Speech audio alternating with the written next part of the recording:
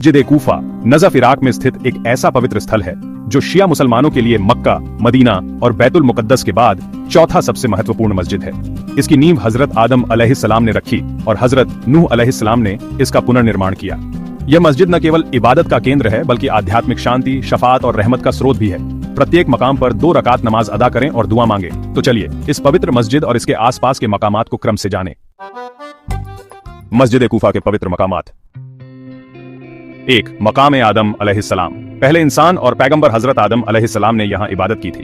यह मस्जिद की सबसे प्राचीन और पवित्र निशानी है जो मानवता के आरंभ का प्रतीक है। यहाँ की दुआ से आत्मिक शुद्धि प्राप्त होती है। मकाम नूह अलैहिस्सलाम पर हजरत नूह अलैहिस्सलाम ने इस स्थान पर मस्जिद का पुनर्निर्माण करने के बाद अल्लाह से दुआ की थी। यहाँ की गई दुआओं को खासकर मुश्किलों के हल के लिए विशेष कबूलियत मिलती है। मकाम इब्राहिम अलैहिस्सलाम। हजरत इब्राहिम अलैहिस्सलाम ने इस स्थान पर इबादत की थी। यह मकाम हिदायत, बरकत और तौफीक का केंद्र माना जाता है। यहाँ दुआ करने से ईमान में मजबूती आती है। मकाम खिजर अलैहिस्सलाम। हजरत खिजर अलैहिस्सलाम ने इस पवित्र स्थान पर मुनाजात की थी। यहाँ दुआ करने से गैबी मदद, रहमत और जिंदगी की राह में रोशनी मिलती है। मकाम जिब्राइल। यह वह पवित्र स्थल है जहाँ फरिश्ते जिब्राइल अलैहिस्सलाम उतरे थे। यह मकाम मस्जिद कूफा की अलौकिक महिमा और इलाही नूर का प्रतीक है। यहाँ की दुआ से रूहानी ताकत मिलती है। मकाम अली। यह वह पवित्र स्थान है जहाँ 40 हिजरी में मौला अली अलैहिस्सलाम को सजदे की हालत में जर से तर तलवार से वार किया गया। यहाँ दुआ करने से शफात का दर्जा और गुनाहों की माफी मिलती है। किबला मस्जिद कूफा। यह मस्जिद का वह किबला है जहाँ मौला अली अलैहिस्सलाम नमाज पढ़ते हुए शहीद होने वाले थे। यहाँ की दुआ से गुनाह माफ होते हैं और रूहानी सुकून मिलता है।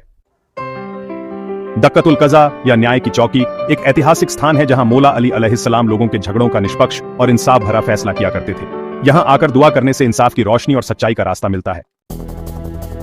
मकाम ज़ैनब, जो सैयदा ज़ैनब सलामुल्लाह अलैहा की याद में बनाया गया है, उनके अदम्य साहस और करबला के बाद इस्लाम की रक्षा के लिए उनके बलिदान को दर्शाता है।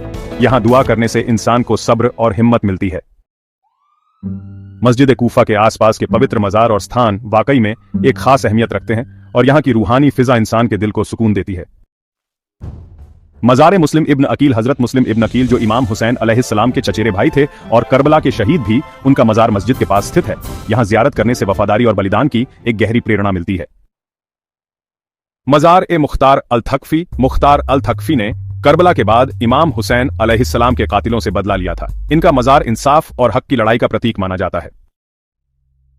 मजार मैसाम अल तम्मार। मैसाम अल तम्मार जो मौला अली अलैहिस्सलाम के वफादार साथी थे, उनका मजार कूफा में है। यहाँ जियारत करने से हमें सच्चाई और वफा की वाकई में बहुत अहम सीख मिलती है।